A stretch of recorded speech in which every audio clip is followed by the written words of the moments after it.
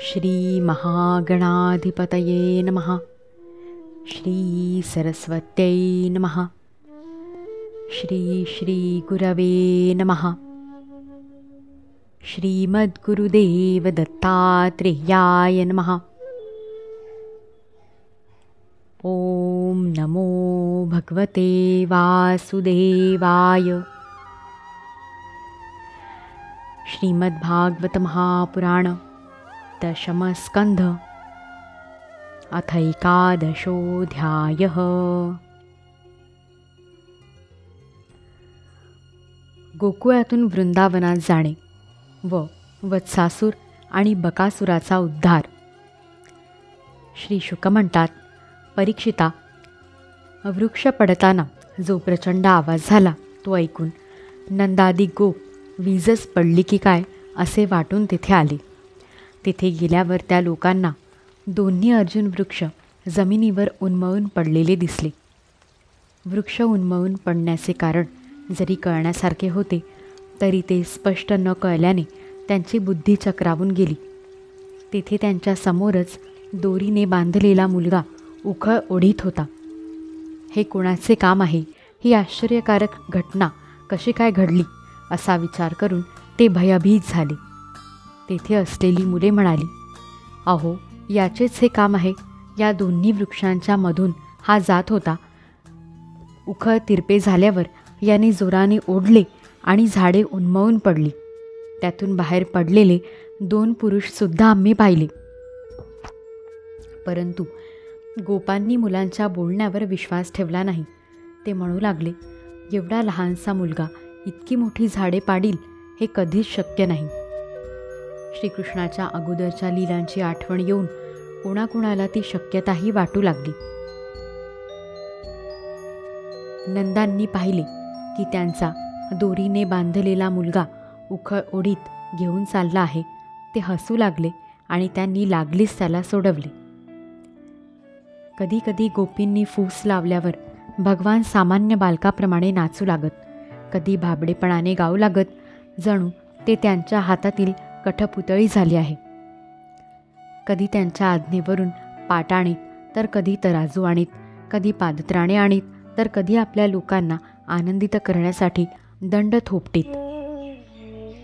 भगवान अशा प्रकारे आपल्या बाललीलांनी व्रजवासियांना आनंदित करीत आणि जगातील जे लोक त्यांना जाणणारे आहेत त्यांना असे दाखवीत की आपण आपल्या सेवकांच्या अधीन असतो. एके दिवशी एक फळे विकणारी बाई फळे घ्या फळे म्हणत आली. हे ऐकताच सर्व फळे देणारा अच्युत फळे खरेदी करण्यासाठी उंजळीत धान्य घेऊन गेला. त्याच्या उंजळीतून धान्य वाटेतच सांडले, पण फळे विकणाऱ्या बाईने मात्र त्याचे दोन्ही हात फळांनी भरून टाकले. इकडे भगवंतांनी सुद्धा तिची फळांची टोपली रत्नांनी भरून टाकली. एके दिवशी यमलार्जुन वृक्ष पाडणारा श्रीकृष्ण आणि बलराम मुलांसह खेळत खेळत यमुनेच्या तीरावर गेले आणि खेळातच दंग झाले. तेव्हा रोहिणी देवीने त्यांना हाका मारल्या.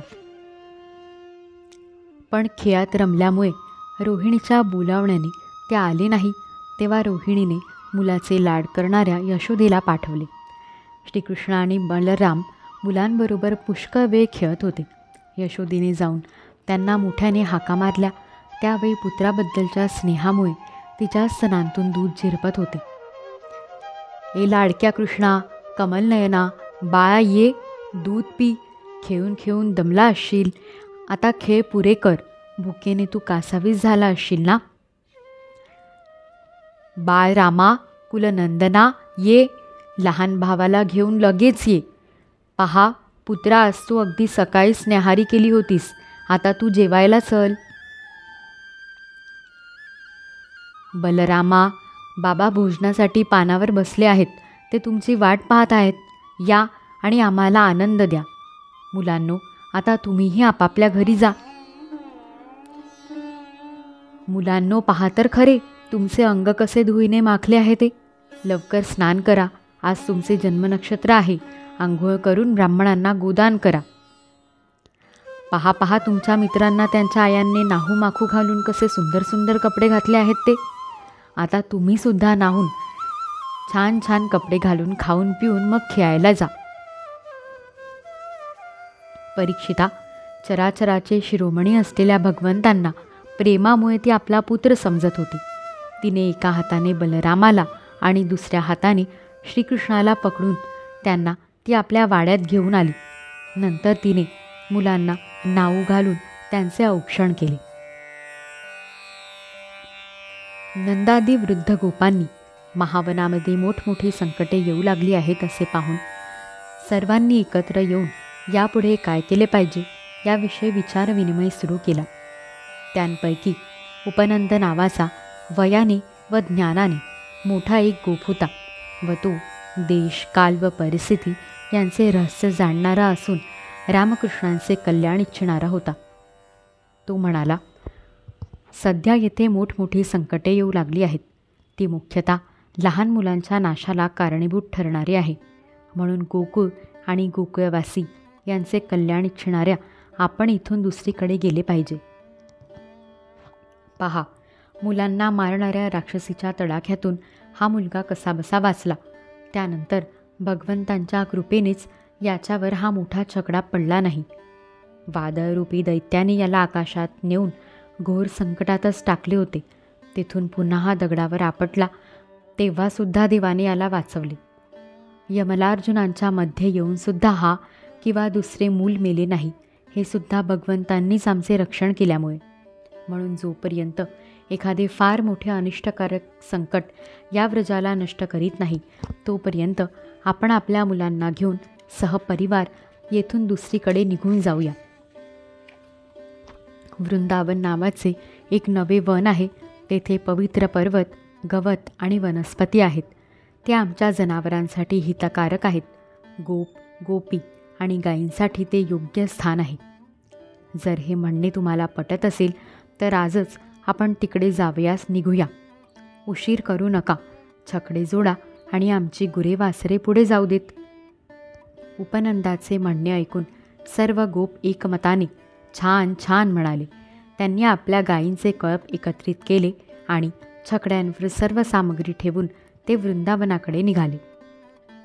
परीक्षिता, गव्यांनी वृद्ध, मुले, स्त्रिया यांना आणि सर्व सामान छकड्यांवर ठेवले आणि स्वतः त्यांच्या पाठोपाठ ते धनुष्यबाण घेऊन अत्यंत सावधपणे चालू लागले. गाई वासरांना त्यांनी पुढे घातले आणि त्यांच्या पाठोपाठ रणशिंगे आणि तुताऱ्या जोरजोराने वाजवीत पुरोहितांसह ते चालले. वक्षस्थळावर ताजी केशराची उटी लावून, सुंदर वस्त्रे परिधान करून, गळ्यामध्ये सोन्याचे दागिने घालून रथांवर बसलेल्या गोपी आनंदाने श्रीकृष्णांच्या लीला गात चालल्या होत्या. तसेच यशोदा आणि रोहिणी श्रीकृष्ण आणि बलराम यांच्यासह एका छकड्यात बसल्या होत्या. त्या आपल्या दोन्ही मुलांचे बोबडे बोल ऐकण्यात गुंग झाल्या होत्या. सर्व काळ आनंद देणाऱ्या वृंदावनात गेल्यावर गोपांनी आपले छकडे अर्धचंद्राकार उभे केले आणि गुरांना राहण्यासाठी योग्य जागा तयार केल्या. परीक्षिता, वृंदावन, गोवर्धन पर्वत आणि यमुना नदीचे विशाल वाळवंट पाहून श्रीकृष्ण आणि बलराम यांना खूप आनंद झाला. दोघेही रामकृष्ण आपल्या बाललीलांनी आणि बोबड्या बोलण्याने व्रजवास्यांना आनंद देत योग्य वेळी वासरे चरावयास नेऊ लागले. गवयांच्या मुलाबरोबर खेळण्यासाठी निरनिराळे साहित्य घेऊन ते घराबाहेर पडत आणि व्रजभूमीजवळच वासरांना चारीत. ते कधी बासरी वाजवीत तर कधी गोफणीने दगड फेकीत. काही वेळा आपल्या पायांतील घुंगराच्या नादावर नाचत तर कधी गाय बैलांचे सोंग घेऊन खेळत. कधी वळू बनून हंबरत आपापसात लढत तर कधी पशुपक्ष्यांचे आवाज काढून सामान्य मुलांसारखे खेळत. एकदा कृष्ण आणि बलराम आपल्या मित्रांबरोबर यमुना तटावर वासरे चारीत असताना त्यांना मारण्यासाठी एक दैत्य आला. श्रीकृष्णांनी पाहिले की हा खोट्या वासराचे रूप घेऊन वासरांच्या कळपात शिरला आहे. त्यांनी बलरामाला दाखविले आणि हळूहळू ते त्याच्यावर भायल्यासारखे दाखवून त्याच्याजवळ पोचले. श्रीकृष्णांनी शेपटासह त्याचे पाठीमागचे 2 पाय पकडून त्याला आकाशात फिरवले आणि मेल्यानंतर कवठाच्या झाडावर आपटले. त्याचे ते लांबरुंद दैत्य शरीर कवठाची कित्येक फळे पाडत स्वतः खाली पडले. हे पाहून मुलांच्या आश्चर्याला पारावार राहिला नाही. वा वा करून ते कन्हैयाची प्रशंसा करू लागले. देवसुद्धा आनंदाने पुष्पवर्षाव करू लागले. जे सर्व लोकांचे एकमेव रक्षक आहेत तेच आता गुराखी बनले. ते पहाटेच उठून न्याहारीचे पदार्थ घेऊन वासरांना चारीत वनात फिरत असत. एके दिवशी गव्यांची मुले आपापल्या वासरांचे कळप घेऊन त्यांना पाणी पाजण्यासाठी नदीकाठी घेऊन गेले. त्यांनी अगोदर वासरांना पाणी पाजले आणि नंतर ते स्वतः पाणी प्याले. त्या मुलांनी तेथे एक प्रचंड प्राणी बसलेला पाहिला. तो जणू काही वज्राने तुटून पडलेला पर्वताचा तुकडाच वाटत होता. तो बक नावाचा एक मोठा असुर होता. त्याने बगळ्याचे रूप घेतले होते. त्याची चोच अत्यंत तीक्ष्ण होती आणि तो अतिशय बलवान होता. त्याने एकदम झेप घेऊन श्रीकृष्णाला गिळून टाकले. तेव्हा बलराम वगैरे मुलांनी बगळ्याने श्रीकृष्णाला गिळून टाकलेले पाहिले. तेव्हा प्राण निघून गेल्यावर इंद्रियांची जशी अवस्था होते तशी त्यांची अवस्था झाली. पितामह ब्रह्मदेवाचा सुद्धा पिता असलेला तो गोपाल बालक जेव्हा बगळ्याच्या टाळूखाली पोचला तेव्हा तो आगीप्रमाणे त्याची टाळू जाळू लागला. म्हणून त्या दैत्याने श्रीकृष्णाला शरीरावर कोणत्याही प्रकारे इजा न करताच बाहेर टाकले आणि नंतर अतिशय क्रोधाने आपल्या कठोर चोचीने त्यांना मारण्यासाठी तो त्यांच्यावर तुटून पडला. कंसाचा मित्र बकासूर भक्तवत्सल श्रीकृष्णांवर झडप घालणार इतक्याच त्यांनी दोन्ही हातांनी त्याच्या दोन्ही चोची पकडल्या आणि मुलांच्या देखत गवताची काडी फाडावी तसे त्याला फाडले. त्यामुळे देवांना आनंद झाला. तेव्हा सर्व देव श्रीकृष्णांवर नंदनवनातील मोगरा इत्यादी फुलांचा वर्षाव करू लागले. तसेच नगारे, शंख इत्यादी वाजवून आणि सूत्रांनी त्यांना प्रसन्न करू लागले. हे पाहून गव्यांची मुले आश्चर्यचकित झाली. श्रीकृष्ण बगळ्याच्या तोंडातून निघून आपल्याकडे आलेले पाहून बलराम वगैरेंना अतिशय आनंद झाला.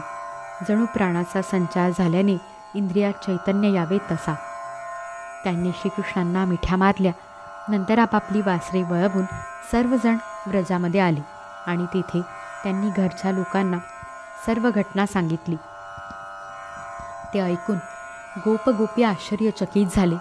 कन्हैया जणू मृत्यूच्या जबड्यातूनच परत आला असे वाटून अतिशय उत्सुकता, प्रेम आणि आदराने ते श्रीकृष्णांना अतृप्त नेत्रांनी निरीखून पाहू लागले. ते आपापसात म्हणू लागले, पहा ना, या बालकाला किती वेळा मृत्युमुखात जावे लागले, परंतु ज्यांनी याचे अनिष्ट करण्याचे इच्छिले त्यांचेच अनिष्ट झाले, कारण त्यांनी पहिल्यापासूनच दुसऱ्यांचे वाईट केले होते. एवढे सगळे होऊनही ते भयंकर असुर याचे काहीच वाकडे करू शकले नाही. याला मारण्याच्या उद्देशाने येतात, परंतु ज्योतीवर जडप घालणाऱ्या पतंगाप्रमाणे स्वतःच नष्ट होतात. ब्रह्मवेत्या महात्म्यांची वचने खोटी होत नाहीत, हेच खरे. पहा ना, महात्म्या गर्गाचार्यांनी जे सांगितले होते ते सर्व तंतोतंत खरे ठरले. अशा प्रकारे नंद इत्यादी गोपगण मोठ्या आनंदाने रामकृष्णासंबंधी गोष्टी करीत ते त्यात इतके तन्मय होऊन जात की त्यांना संसारातील दुःखांचा विसर पडे. अशा प्रकारे कृष्ण आणि बलराम गव्यांच्या मुलांबरोबर कधी लपंडाव खेळत, कधी पूल बांधित, तर कधी वानरांप्रमाणे उड्या मारीत, अशा प्रकारे बालोचित खेळ खेळून त्या दोघांनी व्रजामध्ये आपली बाल्यावस्था व्यतीत केली. अध्याय 11 समाप्त. इति श्रीमद्भागवते महापुराणे पारमहंस्या संहिताया दशमस्कन्धे पूर्वार्धे वत्स बकवधो नाम 11ोऽध्यायः. ऋषिकेशमेवाङ्मनकाय जातं हरे ज्ञानतो विश्वसाक्षिन् क्षमस्वापराधं